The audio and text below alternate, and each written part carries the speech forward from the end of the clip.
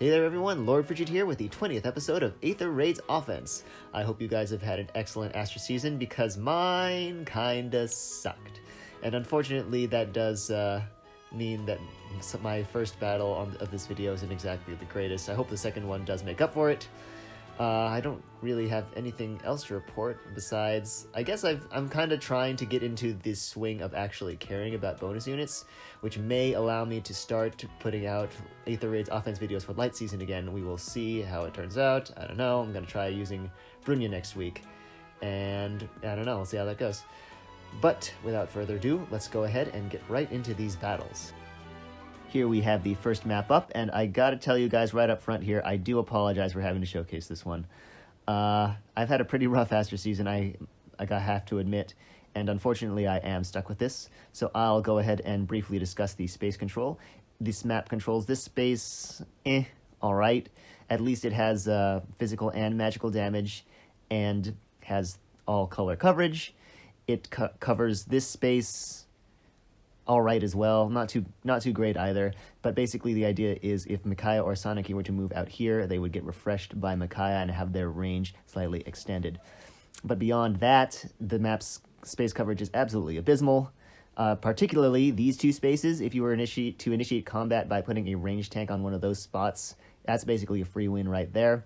Heck, you could even get away with the Vantage Sweeper as long as they had enough res to take a hit from Don Suzu. So, with all that said, I'm going to go ahead and get right into my personal approach to this map. I have decided to deploy the Altina raiding party against this map because I think that red Vantage Sweeper with decent res is exactly what I need. So I'm actually going to do not just stick Altina right below the flyer school, which would be the easier thing to do.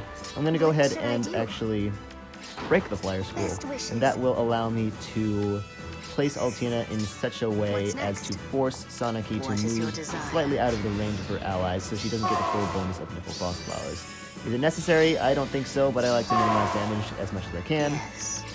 Just keep that good habit, I guess, in place in case I ever actually do encounter a situation where I need to use it.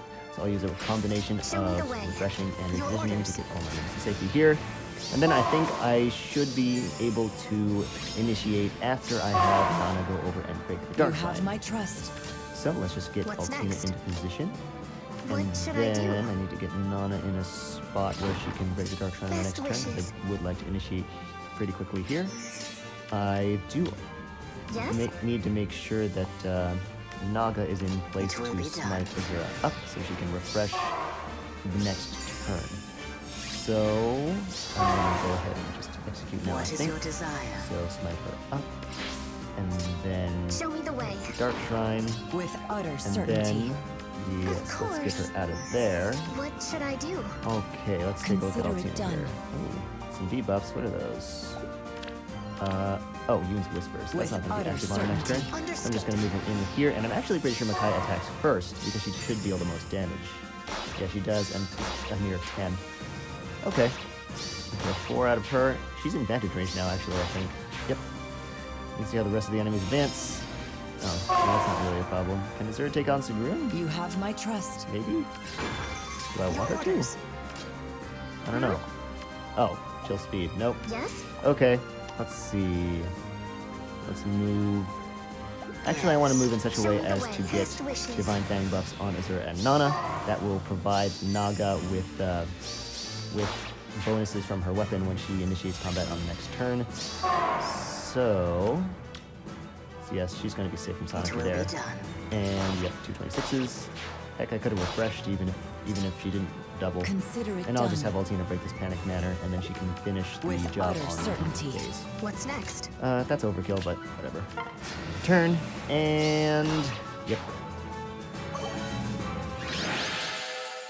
Alright, so this is the second map up, and it's a little deceptive in its simplicity. I kind of like it. The first and probably most obvious thing that I feel I should note is that Leanne is all alone, so she does transform, which extends her threat range out to here. I would totally believe you if you said that has caught at least one half-asleep player off guard.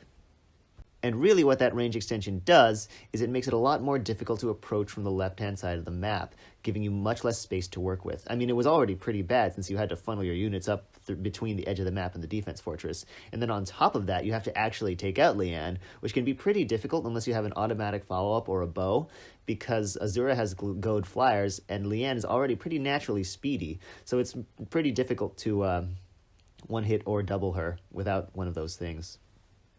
Additionally, it's difficult to approach up the right-hand side because of Camilla's sheer threat range and the Restore Trap, and Thraseer's Rally Trap. So the one thing you really need to keep in mind with Restore is that Restore is prioritized over anything that isn't a kill, which is, it makes it kind of unpredictable. But the idea with this particular Restore Trap is that Camilla actually can get a kill with relative ease between attack speed push 4 and the rally from Thraseer. So that puts her offenses at plus 13, which is 68 attack and 52 speed. So if she happens to restore in place and gets refreshed by Azura, now her threat range is extended out to here. And if you have anything in that range that can't take 68 attack, 52 speed, well, you're kind of screwed. So your approach to this map is going to vary pretty wildly depending on what debuffs you apply to the enemy team. Because if you apply anything to anyone that isn't Duma, Camilla's Restore plus the refreshing action could vary the positioning up top quite wildly. I honestly think that the most reliable ways to approach this map are to take a dedicated ranged tank and then place them either here or here. So let's talk about this scenario first. Now, there are two really big things to keep in mind about this space. And the first thing is that it only works if Leanne remains transformed. And the only way that happens is if Camilla isn't restoring at all. Otherwise, I honestly don't see any way between all the restoring and refreshing action happening for Leanne to remain transformed beyond turn 1. The other thing you need to keep in mind is that your ranged tank must be able to deal with Thraseer. The first thing that's going to happen is that Thraseer comes over and rallies Leanne, and then gets immediately refreshed, probably by Azura, as long as the defender placed their team members in a slot order with anything resembling competence. And that allows Thraseer to also attack your unit. So, if your tank is a 2-range tank only and doesn't have close counter, and is able to take out Thraseer, the first thing that happens actually is that Leanne attacks, because she will not be killed by your unit.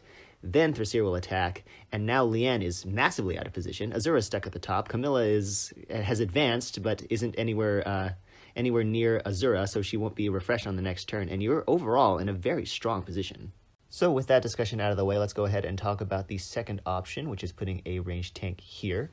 This one is the more reliable option if you're applying debuffs to any unit that isn't Duma, because you will be able to aggro the on turn 1 before Camilla goes on her restoring spree. So the first thing that happens here is still that Thraseer applies a rally, but this time to Camilla, and gets immediately refreshed by Azura. Then, if you have applied any debuffs to Leanne or Aversa, Camilla will restore that off and then get refreshed by Leanne. The situation that you need to be very wary of is if you have not applied any debuffs to Leanne or Aversa, in which case one of Camilla or Thraseer will attack and then get refreshed by Leanne, because she will have 3 movement at this point. But as long as you've accounted for that, you should be good to go. This is actually the approach that I ended up taking, so let's go ahead and get right into that. Honestly, maps like this make me wonder if I should give Flora Null C Disrupt. I mean, the entire point of this raiding party is to have Flora tank out 2 range units and just hit whatever poor fool attacked her with instant icebergs due to the Bravely Lucina backline. And she does that job very, very well when she can counterattack. So I don't know, I've been thinking about it. Might happen sometime in the distant future.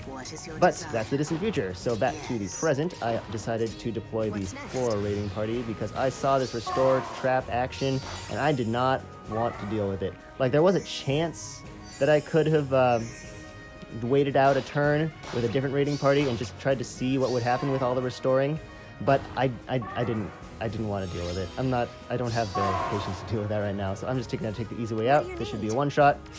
Yep. And now I'll be able to heal Flora with Nana to... Oh, nice. And now Flora is in a position where Thraseer is going to rally Aversa, get refreshed by Azura, and then both Thraseer and Aversa are going to attack her. Now, I don't know if I've impressed this upon you enough, but Flora does not really care about Thraseer that much. I mean, she deals a, what is this? 22 total? I mean, actually, that's not so bad. until you consider what Thracier usually does, which, of course, is end your super tank's entire career. So it looks like Leanne went towards the Nagas. Okay. What is your 48 desire? attack. Ooh, can Naga deal with this? Chill speed. Oh, that comes from Duma. Ew, I was kind of hoping it would have been on a Versa or a Thracier, but What no should I dice do? on that. I don't At want your to service. leave Leanne like only half alive, and then Azura warps in and attacks Naga. That would be bad. So I'm thinking Flora should have the defense stats To take this 40 victory. attack versus 33 def with that Dark Shrine. Yeah, that should be fine as long as I have Lucina nearby need? to provide her a defense buff. Your orders. I don't want to run the risk of having Azura and will be Leanne both done. attack Yes? Naga. So, Yes, it will poor be Nana's restricted by the tactics room, and she's still going to be restricted on the next turn. Doesn't really matter. Flora survives that quite nicely. Okay, quite nicely is maybe an overstatement. But she survives, and she can What's drop an next? iceberg in. And it looks like Azura is also trending towards the Nagas. If I had to What guess is your which one, it'd desire? probably be the unmerged minus res one. But let me move Show me them the way. over here, It will be done. and then we'll see if Azura moves back over towards the right. Please? Ooh, nice. Excellent. So now I can move At your Flora up and then service. just have Naga Wings of Mercy to her. Yeah, no, Yes. that To having Flora victory. attack is not going to happen. So this should be What is your fine. desire? Actually, it maybe would have been better if I had had her go Yes? step on that heavy trap, because then I would have been able to have will be done. both Nagas warp to her and attack Understood. Azura if need be. But it all works out in the end. I've got Divine Fang active on Flora next turn, so I will be able to smite her What is over your and deal desire? some big chip damage to What Duma. should I do? Let's see how much. Actually, let me move in Naga first. What do you need? 39. Okay, respectable.